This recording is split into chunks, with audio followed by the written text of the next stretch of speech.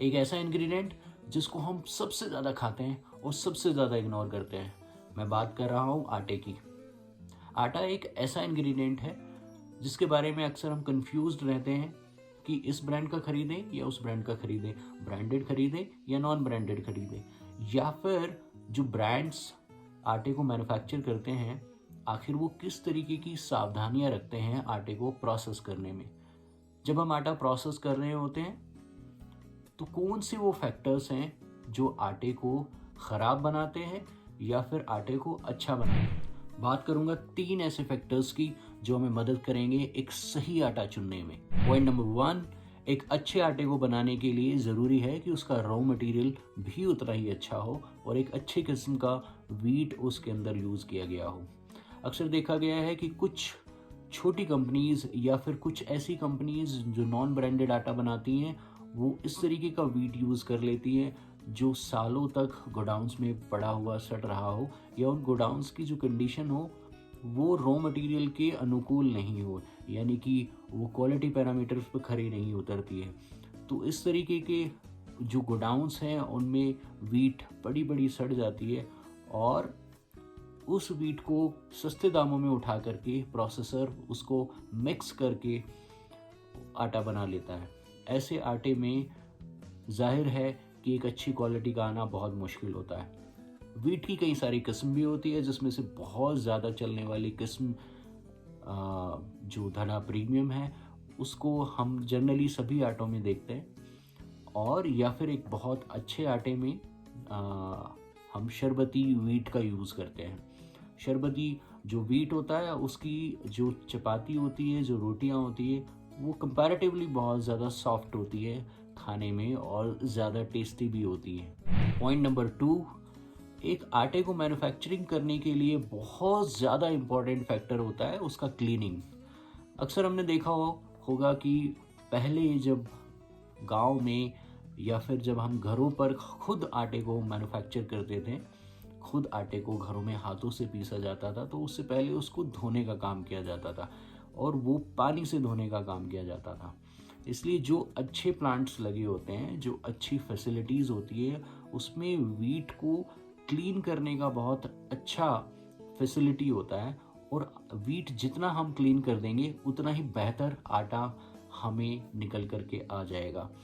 आपने देखा होगा कि कुछ आटों में इस प्रकार की भी प्रॉब्लम्स मिलती हैं जिसमें आपने आटा गूंथा और कुछ घंटों बाद आटे का कलर चेंज हो जाता है, यानी कि वो आटा काला पड़ जाता है। ये सभी प्रॉब्लम्स क्लीनिंग की वजह से आती है। कई बार आटे के अंदर ऐश परसेंटेज ज़्यादा हो जाती है जिससे उसका कलर भी डल हो जाता है। चपाती का जो कलर होता है वो भी अच्छा नहीं आता। वो सिर्फ इसी वजह से होता है कि आटे की जो फैसिलिटी है, प्रोसेसिंग फैसिलिटी, उसके अंदर उसका क्लीनिंग प्रोसेस अच्छा नहीं है। आपने कई बार ऐसा भी महसूस किया होगा कि जब हम आटा खाते हैं, यानी कि उसकी चपातियाँ खाते हैं, तो उसमें कई बार हमें धूल भी टेस्ट में हम महसूस कर पाते हैं। हमें कुछ किरकिरपन उसमें नज़र आता है, यानी कि धूल के कण भी हम उसमें महसूस करते हैं खाते वक्त। वो भी एक ऐसा फैक्टर है जो आटे की, वीट की अच्छी क्लीनिंग ना होने की वजह से आता है। इसलिए सबसे ज़रूरी फैक्टर है एक आटे को प्रोसेस करने में कि उसके प्लांट में क्षमता हो उसको बहुत अच्छे से क्लीन करने की, जिससे कि हमें एक बेहतर आटा मिल पाए। पॉइंट नंबर 3, बहुत ज़रूरी है जब हम आटे को प्रोसेस कर लें तो उसका क्वालिटी कंट्रोल भी उतना ही बेहतर मैनेज कर पाएँ, जिसमें हम उसका पैकेजिंग, उसकी स्टोरेज कंडीशन और उसके बाद जो आटा प्रोसेस होकर के आउटपुट आ रहा है, यानी कि आटा निकल रहा है, उसका लैब टेस्ट बहुत अच्छे से हो जाए। उसका एस परसेंटेजेस, उसकी एसिडिटी कंट्रोल, उसका मॉइस्चर कंट्रोल बहुत अच्छे से हमने मैनेज किया हो, और ये सभी चीज़ें जब हम एक सही पैरामीटर पर सुनिश्चित कर लेते हैं तो हम एक अच्छे आटे को तैयार कर लेते हैं। अब बात करते हैं कि आटा ब्रांडेड खरीदे या नॉन ब्रांडेड खरीदे, बड़ी कंपनी का खरीदे या छोटी कंपनी का खरीदे।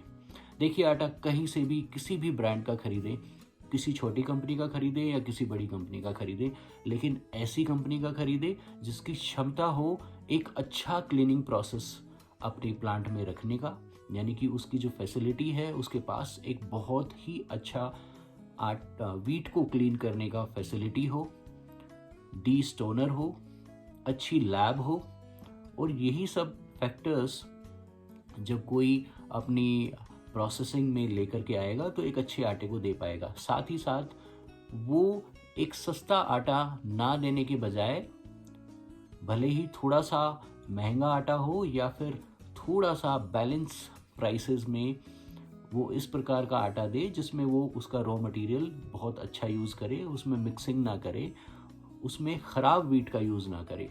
तो इसी प्रकार से आप सुनिश्चित कर सकते हैं एक ऐसे ब्रांड को जो एटलीस्ट क्षमता रखता हो एक अच्छी फैसिलिटी की। चैनल को सब्सक्राइब कर लें, अगर वीडियो आपको अच्छे लगे तो उसको लाइक करें और हमें और ऐसी अच्छी वीडियो लाने के लिए उत्साहित करें।